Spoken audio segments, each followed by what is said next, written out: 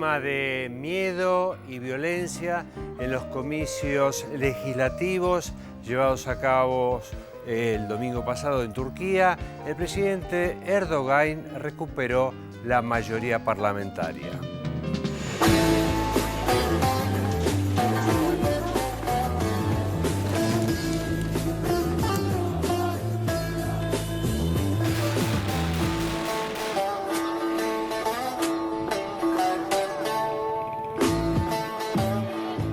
Contra todos los pronósticos, el Partido de la Justicia y el Desarrollo del presidente Recep Tayyip Erdogan se alzó con el triunfo en las elecciones legislativas anticipadas celebradas el pasado 1 de noviembre en Turquía. Con una participación del 78,5% sobre un total de 56.500.000 electores, el oficialismo logró recuperar la mayoría legislativa perdida en los comicios de junio pasado, obteniendo el 49,2% de los votos y 316 escaños de los 550 en juego en la Asamblea Nacional, tal como se denomina al Parlamento Unicameral turco. En segundo lugar, con el 24,5% de los sufragios, quedaron los socialdemócratas del Partido Republicano del Pueblo, seguidos por el Partido de Acción Nacionalista con un 12%. Otras de las sorpresas fue el mal desempeño del Partido Democrático de los Pueblos, la agrupación pro-kurda, que solo logró el 10% de los sufragios, aunque este porcentaje sí le permite mantenerse en el Congreso, lugar alcanzado por primera vez en su historia en junio pasado. Luego de esta contundente victoria, Erdogan se encuentra en condiciones de formar gobierno sin necesidad de armar una coalición, situación que había logrado evadir durante meses, optando en cambio por convocar a estas elecciones anticipadas. Una exitosa jugada estratégica que ahora le permitirá dar nuevo impulso a su anunciado objetivo de reformar la Constitución. O açıdan bütün yurttaşlarımın kaygı duymaması, endişe duymaması, tam tersine iktidarı yakından izlemek, uygulamalarını izlemek, çıkaracağı yasaları izlemek, gerekli muhalefeti yapmak, toplum adına gerekli muhalefeti yapmak bizim temel görevimiz olmaya devam edecektir. Desde que fue electo presidente el año pasado, Erdogan aboga por un cambio en la Carta Magna vigente desde 1980, tras un golpe militar que dé paso a un sistema en el que el jefe del Estado asuma la mayor parte del poder ejecutivo, ahora en manos del primer ministro, cargo que él mismo ocupó del 2003 al 2014. Whether Mr. Erdogan will drop his dreams of a new regime, presidential regime, without checks nor balances, how they will tackle the Kurdish issue, how they will tackle the economic problems, because Turkey is at the end of the road, how they will tackle the entire deliquescence of the Turkish bureaucracy, how they will tackle the education system and research and development, etc., etc. En la campaña electoral, Erdogan y su primer ministro Ahmet Davutoglu, líderes del partido gobernante de corte islamista y conservador, se mostraron como los únicos capaces de garantizar la seguridad y la estabilidad del país, envuelto en un clima de tensión y violencia por la reactivación del conflicto kurdo, los recientes atentados en Suruk y Ankara y la guerra en Siria, nación con la que Turquía comparte una extensa frontera y la constante amenaza del Estado Islámico. Ve milli irade dün 1 Kasım itibariyle istikrardan yana tecelli etti ve o kısa süreli gelişmeler milli iradeye istikrardan başka çıkış yok dedi, böyle bir karar vermeyi ortaya koydu. Ve ben şu anda çıkan neticenin ülkemiz, milletimiz için hayırlara vesile olmasını Rabbimden niyaz ediyorum. El conflicto armado que desde 1984 enfrenta al gobierno turco y a los kurdos del proscripto Partido de los Trabajadores del Kurdistán, con un saldo de más de 45.000 muertos, se reactivó en julio pasado rompiéndose la frágil tregua alcanzada hace solo 3 años. Al mismo tiempo, Turquía juega un papel central en la guerra civil que desde hace 4 años, con auspicio de Estados Unidos, devasta a Siria. contribuyendo con bases, armas y logística para los diversos grupos islámicos y no islámicos que buscan derrocar a Bashar al-Assad. El atentado ocurrido el 20 de julio en la localidad fronteriza de Suruk, con un saldo de 30 muertos atribuido al Estado Islámico, marcó un giro en la política del gobierno turco, sumándose a la campaña de bombardeos contra el Estado Islámico en el norte de Siria y en Irak, aunque en los hechos la mayor parte de sus incursiones son dirigidas contra posiciones de la guerrilla del Partido de los Trabajadores del Kurdistán.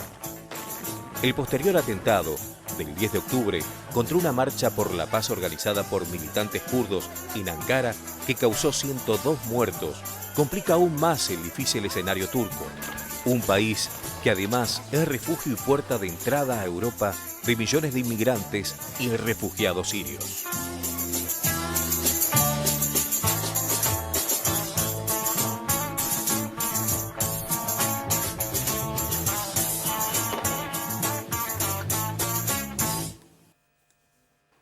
Bueno, indudablemente Turquía tiene dificultades económicas, a pesar de que es una economía que no tuvo crisis, tuvo una caída en el ritmo de crecimiento, pero en base a la industria turística y a la textil ha mantenido ritmos moderados de crecimiento. Lo que sí es cierto que también tiene una situación de violencia, algunos dicen una situación de caos con estos últimos atentados que hubo, la situación kurda que es muy preocupante, y a todo esto la respuesta fue que parece ser que no hay nada mejor que Erdogan para responder a esta situación. Un poco la línea de mano dura de Erdogan, inclusive con la propuesta de ir sobre la Constitución para fortalecer todavía el poder presidencial, es la postura que termina imponiéndose, que en situaciones así de que se provocan estos graves hechos de temor y demás, suelen ser el mejor terreno para las líneas duras, ¿no? Hay una declaración de Davutoglu, que es el nombre del primer ministro, que dijo que en situaciones como estas, el gobierno de un solo partido es necesario y es la mejor forma de resolver estas cuestiones y enfrentar los problemas económicos, de terrorismo y económicos que tiene el país. Es un planteo que fue hecho en plena campaña electoral por parte de quien acompaña a Erdogan en el gobierno, es el primer ministro. Y dos situaciones de guerra. Exacto. O sea, la guerra Sí. en el tema de los kurdos, en toda la parte oriental, y guerra en Siria. Por lo tanto, es delicado el tema de, bueno, cómo hacer Sí, con, lo de con un los gobierno. kurdos más que guerra, podemos decir una cuestión de represión, porque hasta hacía unos meses atrás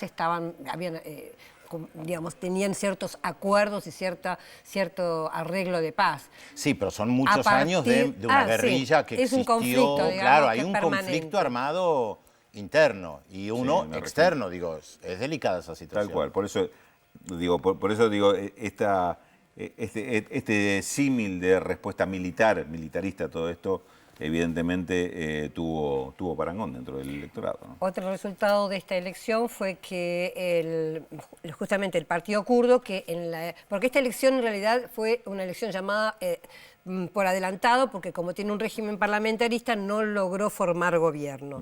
En junio había habido otra en donde el partido de Erdogan había sacado menos votos, ahora superó.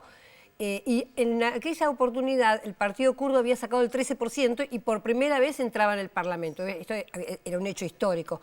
Sigue estando en el Parlamento a partir de la elección del 1 de noviembre, pero con menos cantidad de votos. Perdieron un poco de porcentaje. Unos 3 puntos, ¿no? 3 puntos, sí. Sí, yo estaba leyendo un artículo de un periodista turco muy bueno que se llama Mustafa Akyol, a quien tuve la suerte de conocer, y él señalaba respecto a este punto que en las elecciones anteriores tal vez mucha gente le dio un voto prestado al partido pro-kurdo, porque no son solamente kurdos, es gran parte de la izquierda de Turquía, para que puedan pasar el umbral del 10%. Es un sistema parlamentario que tiene un piso muy alto. Si no tenés 10%, no entras al Parlamento directamente. Y que ahora ese voto prestado se retiró, con la sensación de que, bueno, ya sabemos que lo logran sin nuestro voto. Estos a veces son mecanismos inconscientes, no necesariamente verbalizados. Y él resalta también esto que vos decías, Raúl, el tema del enfrentamiento bélico, la mano dura, la cohesión y la presencia de un partido que dice, bueno, nosotros somos los únicos que sí tenemos la mayoría absoluta, que ahora tienen otra vez, vamos a poder resolver los problemas. Lo cierto es que en julio, después de aquella elección donde no pudo formar gobierno, hubo un giro de 180 grados de Turquía. En primer lugar, en relación a lo que vos decías de la guerra, con su aliado Estados Unidos, porque hasta ese momento... por supuesto, Turquía es parte de la OTAN, sabemos que Estados Unidos tiene una base desde siempre en Turquía, pero no se había jugado 100% a la batalla en Siria. A partir de ese momento da un giro y no solo se muestra como aliado, sino que permite que Estados Unidos use su espacio aéreo, en fin, realmente se mete con todo en la guerra. Y el otro cambio que se produce es un poco lo que nombraba antes, el tema kurdo, porque empieza a haber realmente persecución a grupos de izquierda y a grupos kurdos, como hacía mucho tiempo que no había en Turquía, ¿no? Sí, en realidad, digo, a ver, fue más explícito la intervención que tuvo Turquía en estos meses, como vos decís, ¿no? Porque siempre algún apoyo le dio a sectores rebeldes sirios, pero es cierto que fue más explícito, más desembosado, digamos. Sí, sobre todo en relación a Estados Unidos, porque siempre se mantenía como una cosa de, bueno, nosotros no nos involucramos tanto, pero ahora... Sí. Lo que pasa es que Turquía tiene una contradicción política, ideológica, teológica en Siria. Es que en el norte de Siria, en la frontera con Turquía, justamente hay partes donde hay una mayoría kurda, que tienen muy buena relación con los kurdos de Turquía. Y los kurdos de Siria se enfrentan al Estado Islámico. Pero si Turquía combate al Estado Islámico, refuerza a los kurdos del norte de Siria, que a su vez tienen la relación con los kurdos de Turquía. Y eso al gobierno sirio, al gobierno turco no le gusta para nada. Sí, bueno, entonces está como atrapado ahí. El tablero sirio es muy complicado. Claro, claro. De hecho, lo que se critica al gobierno de Turquía es eso, ¿no? Que no combate como dice combatir con todo al ejército islámico, que casi que bombardea más a los kurdos que a los objetivos del Estado Islámico, siendo que se supone que es más peligroso para este momento de la región el Estado Islámico. Y que para Estados Unidos hoy el principal enemigo es el Estado Islámico o estos grupos similares al Estado Islámico. O Assad, no sabemos. Claro, bueno, también esto lo comentábamos la semana pasada, que Estados Unidos no quiere ninguna negociación que contemple la participación del presidente de Siria. Ese es un debate que hubo un poco en el Club Aldai, donde estuve, porque justamente lo que dice Rusia, que decidió intervenir en estos últimos tiempos, es eso, es criticar dónde están los resultados de Europa y de Estados Unidos en relación al ejército islámico, poniendo en duda que realmente ha producido alguna... que ese es el objetivo. Ahí estamos viendo en el momento, está con Ali Lijalani de Irán, ese es en el congreso en el que yo estuve. Bueno, en Sochi fue, en Sochi. Y lo interesante, bueno, voy a decir 2 o 3 cosas muy breves. Uno de los temas fue el tema que preocupa tanto a Rusia del el escudo de misiles. Dice, bueno, dijo Putin muy claramente, el tema Irán ya no es peligroso, ya hemos hecho un acuerdo con Irán. Entonces, ahora, ¿cuál es la excusa para seguir construyendo el famoso escudo antimisilístico de Estados Unidos que está en Rumania y en Polonia? Y le dijo a los europeos, cuidado, porque no es solamente por Rusia que están poniendo ahí el escudo antimisiles, como diciendo con los aliados a veces también, creo que lo dijo incluso en forma directa, a los aliados a veces también le mienten. Y se los espía. Se los espía como mínimo. Claro. El otro tema es el Estado Islámico, ¿no? Siria, Irak. Le preguntaron si se iba a intervenir Irak, dijo que hasta el momento Irak no había pedido intervención, por lo tanto no, pero dijo, nosotros estamos mandando armas y municiones y en Bagdad tenemos un centro de inteligencia y de información junto con Siria y con Irán. Está establecido en Bagdad. ¿Y lo dijeron abiertamente? Lo dijo Putin abiertamente. Muy bien. Estoy haciendo un resumen porque dijo muchas cosas importantes. Pero... Y el otro tema que incluso me impactó a mí en forma personal, porque estos congresos normalmente hay mucho pasillo con los académicos y con los periodistas de otros países, es cómo están, no los rusos, pero sí los europeos, cómo están naturalizando la guerra. O sea, te dicen, por ejemplo, bueno, nosotros cada tanto tenemos guerras, como si esto fuera normal. Bueno, el tema de la guerra, del tabú de la guerra también habló Putin, dijo lamentablemente el tabú de la guerra, el tema de que la guerra es un peligro y que debemos evitarlo de cualquier manera, se está cayendo y esto realmente nos va a perjudicar enormemente porque vamos a ir a una situación casi de enfrentamiento Ahora, global. qué importante que hayas estado en esa cumbre, ¿no? Porque son cumbres que en el mundo occidental y acá llega muy poca información y estábamos involucrando a una de las principales potencias del mundo. Y por lo general no tenemos mucha Y con información sobre conflictos eso. globales como los que estamos hablando. Exactamente, ¿no? con activa Por participación, ahí por supuesto, muy importante. Te vamos a pedir que Ya voy a Que vayas el extiendas año que esto, viene otra vez. Además. De a poquito voy a ir contando las cosas que Buenísimo. se fueron charlando ahí. Félix, ¿tenemos mensajes? Tenemos mensaje, Estelma. Claudio de Flores dice que hoy se cumplen 98 años de la revolución en Rusia. Si podemos hacer una mención.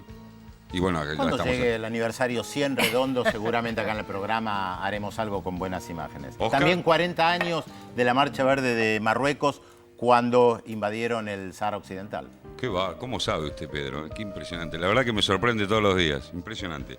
Qué lío que se me armó con esto de Siria, los turcos, los kurdos. Usted quiere hacer un partido acá de los kurdas. No, podría ser. de la incógnita. Oscar de Usted está para dar Chosmalal, no, ayuda. escuche, Oscar de Chosmalal en Neuquén, impresionante, nos llamó desde allá y acertó la incógnita. bueno. Pero él solo acertó por ahora, así que vamos a dar más datos de la incógnita de hoy. Recuerden, 0800 444 1777 y 4535-0709. Nuevo dato de la incógnita, un escándalo con un integrante de la nobleza española obligó a nuestro personaje a un exilio forzoso por varios países y finalmente se afincó en Paraguay. Y las miserables condiciones de vida de principios del siglo XX en Sudamérica marcaron su trabajo periodístico y su obra literaria. ¿Quién es nuestro personaje de hoy? 0800 444 1777 y 4535-0709. Nueva pausa en el programa que hoy se extiende hasta las 13:45. Claro está, adelantándole lo que vamos a desarrollar en el próximo bloque. Entrevista a Saskia Sassen, experta en globalización. La prestigiosa socióloga holandesa analiza las causas y consecuencias de la crisis migratoria en Europa. Se lo contamos luego de la pausa, ya volvemos.